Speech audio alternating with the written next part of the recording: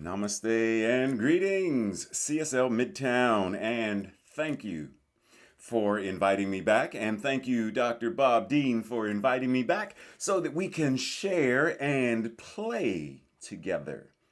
So yes, today, that's exactly what we're talking about, this idea of, for the entire month, we've been talking about how important it is to engage in joy, to engage in play, to have moments of rest, in order to be our healthiest, happiest, most empowered selves. Like that's what this month has been about.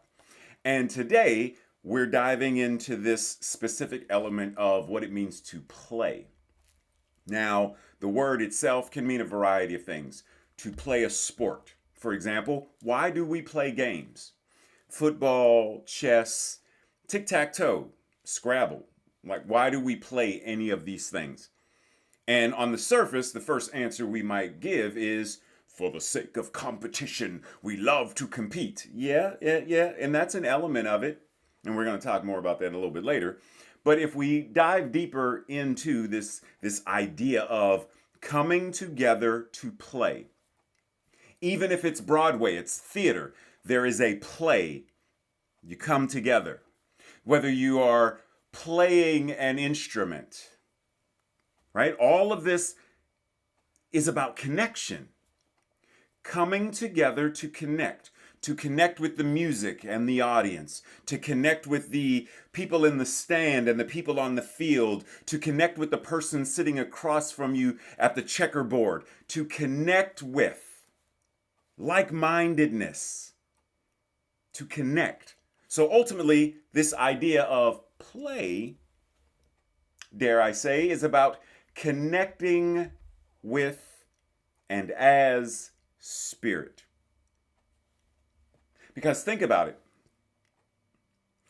God is all there is. And being all there is, that means everything that is happening is God acting upon itself.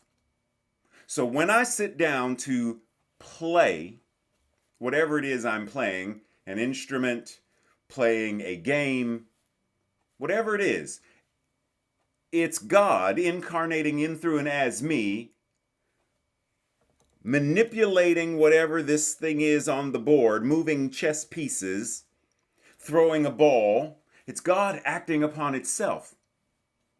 But why? For what purpose? For the purpose of intrinsic joy. Ultimately, we are playing and engaging in this thing called play because it makes us feel good. And as Emma Curtis Hopkins says, my God is my good, and vice versa. My God is my good, and my good is my God.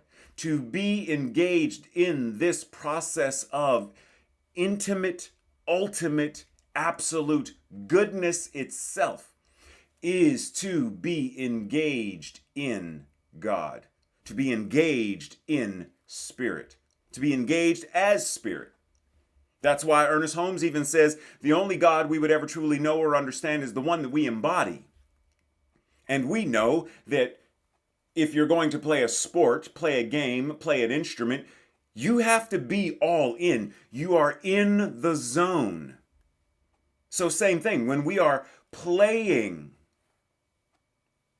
this game of life, are we all in? Are we committed to this primal energy, this tapping into what it means to be connected to the universe, connected to spirit?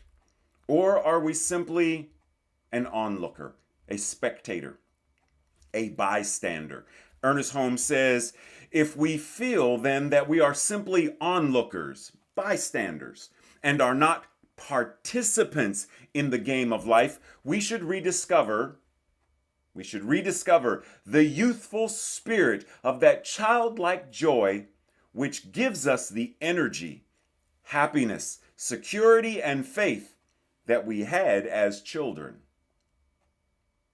recapturing that energy. Even Yeshua, Jesus the Christ, said, "Bring the little children unto me. Bring these people to me who are youthful in spirit, who are open at the top, who are willing to play, to engage life fully." See, kids, there's no apprehension about diving in a puddle of mud. There's no apprehension about playing in a pile of leaves. Kids go all in. Are we willing to play to that degree as well? Are we willing to recognize that playfulness allows us to remember and to reconnect with the core truth of our being, that God is all there is? And every interaction that we have with anything, everything, and everyone is God interacting with itself. So what happens when we shift from the consciousness of competition, right? Like the mass idea of competition. We can have playful competition. There's absolutely nothing wrong with it. But when we compete and we take on this idea that when I win and I have the trophy or the gold medal, it means that I am better than you. I have an Oscar, you don't. I am a better actor or director, for I have won. See, when we get into that idea of competition, then there's judgment and there's criticism and there's all of that stuff, othering and separation. Playful competition is play. It's simply engaging in the game, and there's nothing wrong with that. So when we step into this idea of true playful competition, what happens? We shift into the consciousness of cooperation, communication, and collaboration. And we are willing to engage from this space of this consciousness of oneness. There's no more separation. There's no more need to be better than or feel that we are worse than someone else. We recognize the infinite truth and unity that God is all there is. And when we are in that space, we understand and we bring about this energy of healing. And not healing because we are healing something, but healing because we are bringing the truth to the space, bringing truth to the world. And when we do that, we resonate with the words of Anne Frank, who said, "Yet I keep all my ideals because in spite of everything, I still believe that people are really good at heart." Anne Frank, take into your consciousness, Anne Frank, who experienced great horrendous tragedies, I still hold to my principles. I hold to truth. People are truly good at heart. Why? Because God is all there is. Because spirit is all there is. Love is all there is. And in that, we understand that people have free will. You have choice. But back of, the essence of, the truest part of you, even when you are choosing whatever this ineffective, non-life affirming thing is, the truth of you is goodness. The truth of you is love. The truth of you is the divine incarnating itself in, through, and as you. Breathe. Breathe. Because we are being invited into a new space of recognizing the truth of our being. We need not be bound by precedent, what was, but binding ourselves to principle, what is, the truth, the whole truth, and only that which is true. Ernest Holmes says, "The present moment can never provide us with more joy than we are able to embody." How much joy are you able to embody right now? How much joy are you willing to embody right now? Breathe.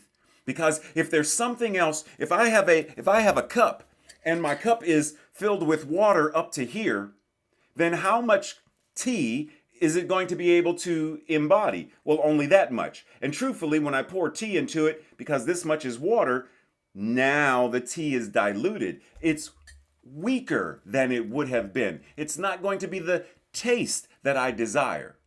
But when I am willing to be the full container of joy, love, laughter, then the taste, the smell, the joy of being present must exist in overflow. Because there is no more lack or scarcity then. It's there to overflow to such a degree that I drink from my saucer because my cup runneth over. Now, in order to do that, however, we must take in the words of William Faulkner, who said, "You cannot swim for a new horizon until you have the courage to lose sight of the shore." The shore, precedent. The shore, old traumas. The shore, the mass way of thinking, lack, scarcity, separation, war, and rumors of war. Unless we are willing to release the shore, rugged individualism, and swim for new horizons. Unity, love, oneness, harmony, peace, God. Unless we are willing to lose sight of this, release this, surrender this, in order to move into that, to embody that, then we will forever stay stuck in the idea of, and we will forever twiddle our spiritual thumbs, wishing and hoping rather than moving. Keep in mind that play is a verb. It means to act, to engage in, to do, treat, and move our feet.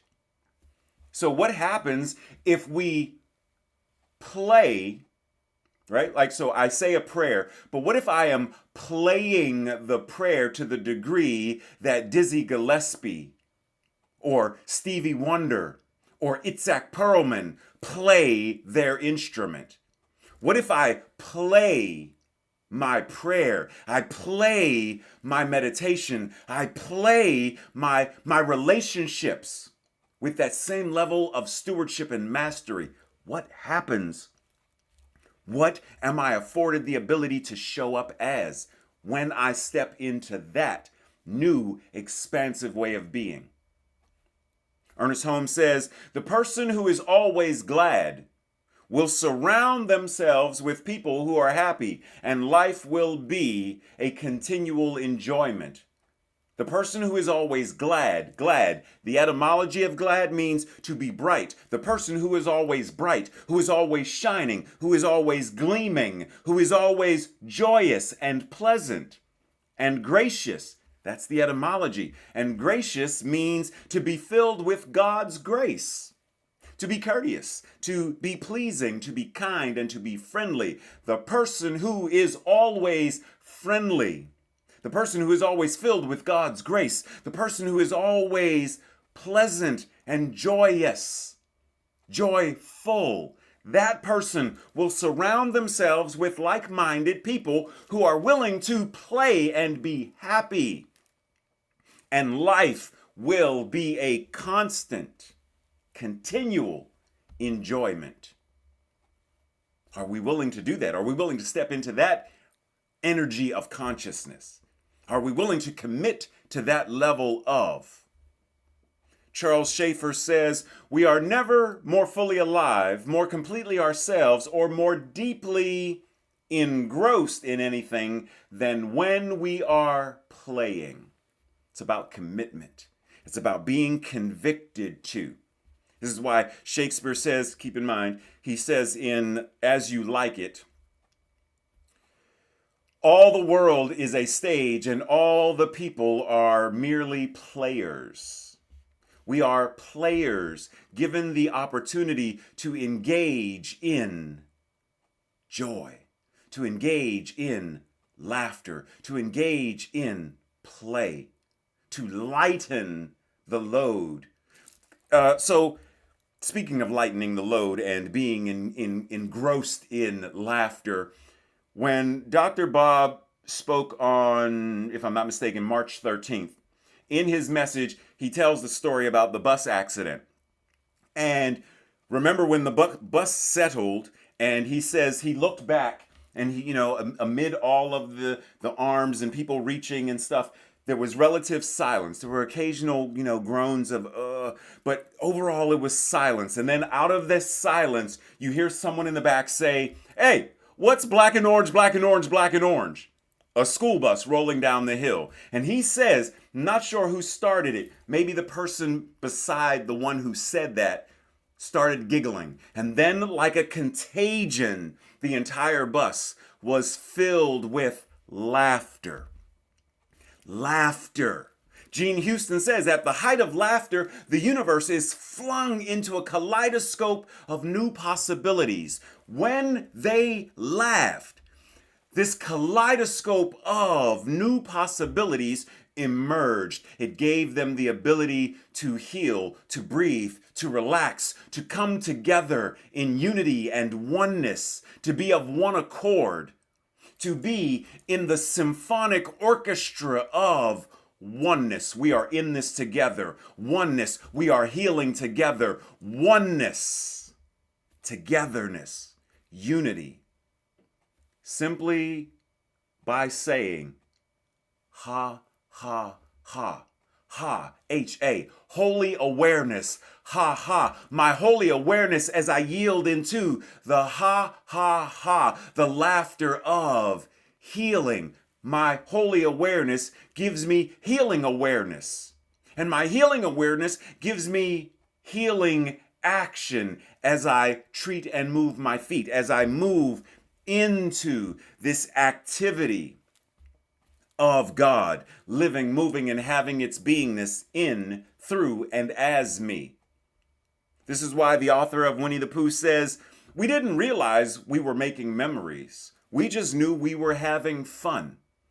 Today, are you willing to commit to laughter? Commit to fun, commit to playing, commit to connecting with the divine presence that is incarnating itself in, through, and as you and everything and everyone. Breathe.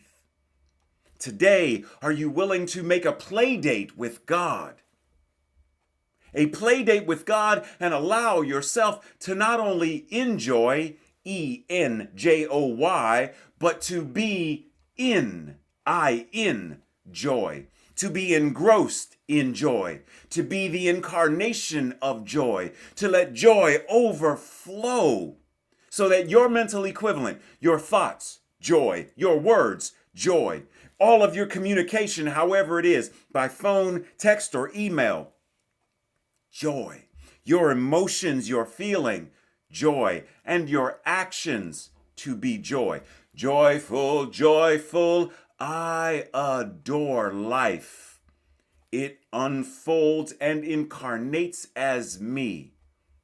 Am I willing to? Are you willing to be so committed to the vision, mission, and purpose of joy itself? Playing.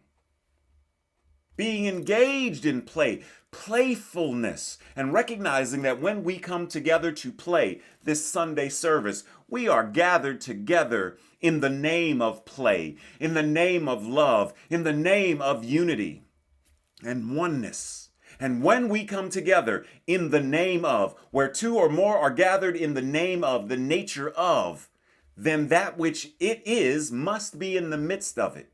Are we willing to come together as CSL, as New Thought, as CSL Midtown, as Atlanta? Are we willing to come together in the name and the nature of play? To lift, love, and live in, through, and as joy itself. Breathe.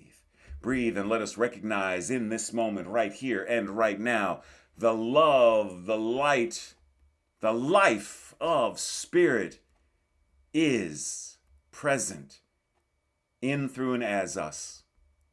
Right here, right now. There is nothing else. Only God A circle of joy, circumference nowhere, the center, joy being all there is, right where you are, joy is, right where you are, the very playfulness of the universe is, and all is well. Breathe. Now go out and play. Much love and appreciation. See you soon. Take care.